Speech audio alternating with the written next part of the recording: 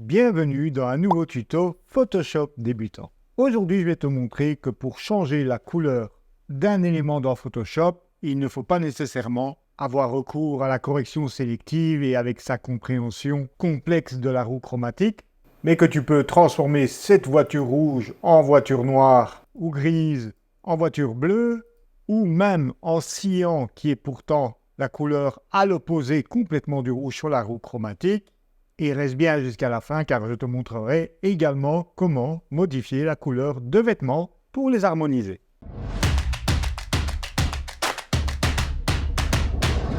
Alors oui, bien entendu, c'est important d'apprendre la roue chromatique et les relations entre les couleurs. Et tu as plein d'outils dans Photoshop qui te permettent de modifier la colorimétrie. Tu peux modifier la colorimétrie par exemple avec une courbe.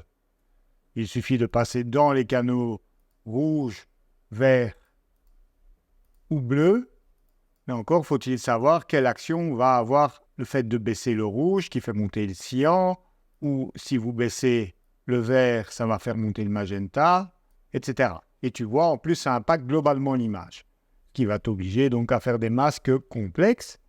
Alors, tu as l'outil très puissant de correction sélective, mais pareil, bon, tu as toutes les teintes, ici c'est évident, tu vas choisir rouge. Mais ensuite, pour comprendre comment ça fonctionne, il faut constamment se référer à la roue chromatique pour voir si j'ajoute du jaune à mon rouge, je vais aller vers l'orange. Voilà, ça c'est des modifications faciles. Et donc si je baisse le magenta, ça va aller plus vers l'orange. Mais voilà, il faut avoir cette connaissance donc des couleurs. Et si tu veux passer du rouge au cyan qui est à l'opposé, voire même au bleu, eh bien ça va être très compliqué parce que tu vas augmenter le cyan sans comprendre ce qui se passe et tu dois manipuler éventuellement les gris, etc. Donc c'est pas évident. Alors qu'il existe un outil tout simple, un calque de réglage tout simple, qui s'appelle teinte saturation et qui à mon sens est sous-utilisé pour modifier la teinte. Tu l'as peut-être déjà utilisé pour augmenter la luminosité et puis tu as vu que toute ta photo devenait blanche ou noire et qu'il modifiait la teinte de toute l'image. Donc sans grand succès. Eh bien, c'est peut-être tout simplement parce que tu n'as pas utilisé son outil cible qui va te permettre de sélectionner une plage de couleurs très précisément. Donc tu cliques là-dessus, tu viens dans ton image cliquer sur une couleur et tu vois à présent ici une plage de couleurs qui est sélectionnée. Donc, tu as ce qui est entre les deux petits rectangles, c'est sélectionné à fond, et puis tu as deux curseurs de part et d'autre qui permettent d'inclure plus ou moins d'autres teintes et qui vont créer donc une progressivité dans la sélection. Donc, l'idée, c'est d'affiner ta sélection. Donc, pour ça, tu vas augmenter la teinte à 100% et la saturation, et puis tu peux agrandir en plus cet outil. Là, je vais même le détacher pour pouvoir le manier plus précisément. Et donc maintenant, tu vas bouger cette échelle de manière à isoler ton sujet au maximum. Donc d'abord avec le rectangle ici, et ensuite tu vas affiner avec les curseurs sur les côtés, donc soit inclure plus ou moins de la zone. Une fois que c'est fait, tu cliques deux fois sur les petits triangles pour réinitialiser le tout. Et maintenant, tu peux modifier ta teinte à ta guise. Et, comme tu peux le voir, tu peux faire en sorte que la voiture prenne n'importe quelle teinte. Alors, si tu vois qu'il y a des zones qui ne sont pas sélectionnées, tu as un petit plus ici. Hop, une petite pipette, tu cliques et tu ajoutes. Et voilà, encore un petit bout ici. Et voilà, la voiture bleue. Alors, tu vois ici, par exemple, qu'il y a un peu du magenta qui n'est pas pris en compte, eh bien, il te suffit de jouer ici avec le rectangle du centre pour affiner encore ta sélection. Et comme tu vois, je n'ai utilisé aucun masque. Alors ici, par exemple, on voit que le pull du personnage à l'arrière est modifié. Donc, à la rigueur, ici, si tu veux être certain que ça ne modifie pas, tu peux venir prendre un pinceau noir et venir comme ça rapidement, voilà, peindre sur les zones où tu vois que la couleur a un petit peu changé. Mais tu reconnaîtras que c'est vraiment quand même plus simple de modifier la couleur de cette manière. Donc on va aller sur du cyan qui est complètement à l'opposé de la roue chromatique. Et je peux t'assurer que faire ça avec correction sélective ou avec des courbes ou d'autres outils, eh bien, c'est pas vraiment évident. Teste et tu me diras. Imaginons ici que je veuille harmoniser le jaune orangé avec le rouge. Eh bien, pareil. Je crée un nouveau calque de teinte saturation. Je prends l'outil cible. Je clique ici. Il a détecté que c'était les jaunes. Tu vois à présent une plage de couleurs. Qu'est-ce que je fais? Je monte saturation et teinte au maximum pour m'aider à trouver la plage de couleurs nécessaire. Donc ici, maintenant, je vais bouger le rectangle principal de manière à isoler cette zone. Donc là, tu vois, quand je vais vers la gauche, ça englobe plus. Donc je dois aller de l'autre côté. Je ne cherche pas à comprendre. J'essaye juste d'isoler le plus possible cette zone. J'essaye le plus possible de séparer la zone que je veux impacter. Voilà. Et puis, je peux ajuster encore avec les petits onglets de progressivité. Donc ici, ça m'a l'air assez correct. Je réinitialise les curseurs en faisant un double clic gauche dessus. Clac, clac, clac, clac. Et maintenant, je peux modifier la teinte.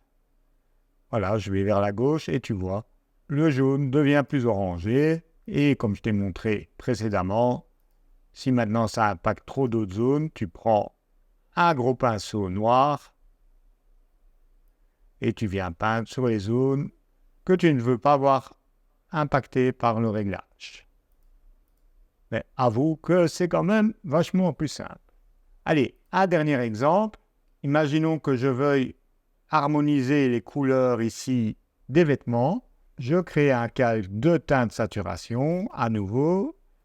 Je viens avec l'outil cible, cliquer dans la zone, hop, je booste saturation et teinte au maximum. Le but est d'isoler donc la teinte de la zone voisine.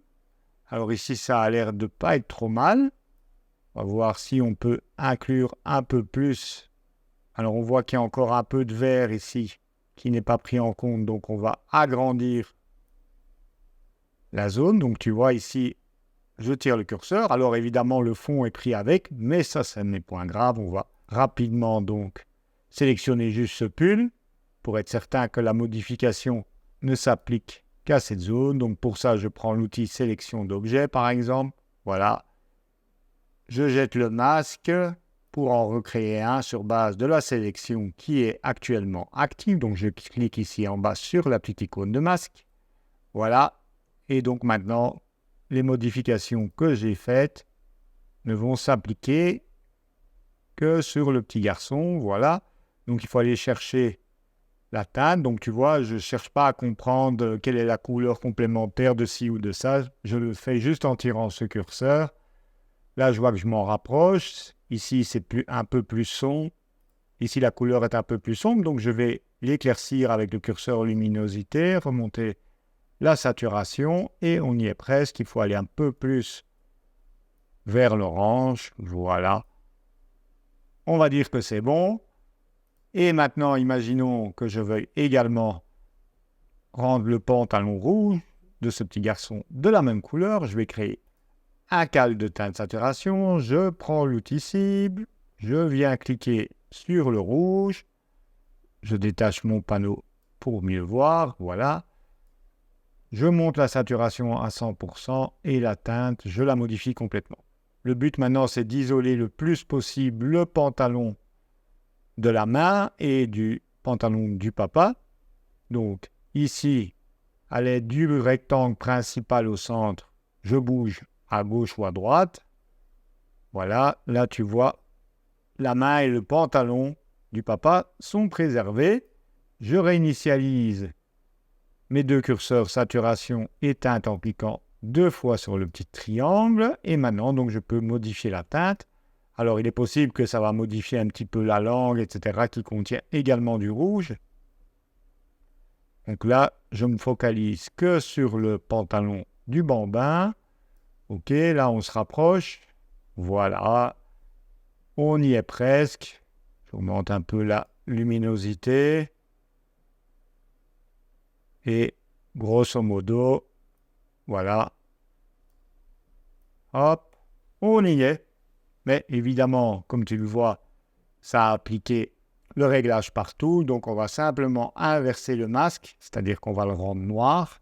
Pour ça, dans le panneau propriétés du masque, tu vas simplement cliquer sur inverser pour avoir donc un masque noir, c'est-à-dire qu'il ne laisse pas passer le réglage. Tu prends un pinceau. Cette fois, tu vas prendre du blanc en avant-plan. Donc, tu cliques sur la double flèche ou tu appuies sur D pour restaurer les couleurs par défaut. Et tu viens juste peindre avec ton pinceau. Donc, tu peux ajuster la taille en faisant un clic droit dans l'image. Voilà. Et tu viens, comme ceci, voilà, peindre vite fait. Tu vois, je passe sur la main et aucun souci parce que j'ai travaillé donc avec mon calque de teinte saturation et l'outil cible qui du coup définit la gamme de couleurs qui doit être prise en compte et tu n'as plus qu'à manipuler ensuite le curseur de teinte pour donner la teinte que tu veux à l'élément. Voilà donc comment rapidement modifier la teinte d'un élément lorsque l'on n'a pas de notion de la théorie des couleurs. Bien entendu, je t'invite à te former en colorimétrie, c'est important, mais je te rassure, parfois il y a des solutions relativement simples qui ne nécessitent pas d'avoir un doctorat en colorimétrie pour pouvoir effectuer une correction rapide. Si tu as appris quelque chose dans cette vidéo, je t'invite à me laisser un pouce en l'air, à t'abonner pour ne pas manquer les prochains contenus et je te retrouve très prochainement pour de nouveaux tutos Photoshop, Lightroom et photographie. Ciao, ciao!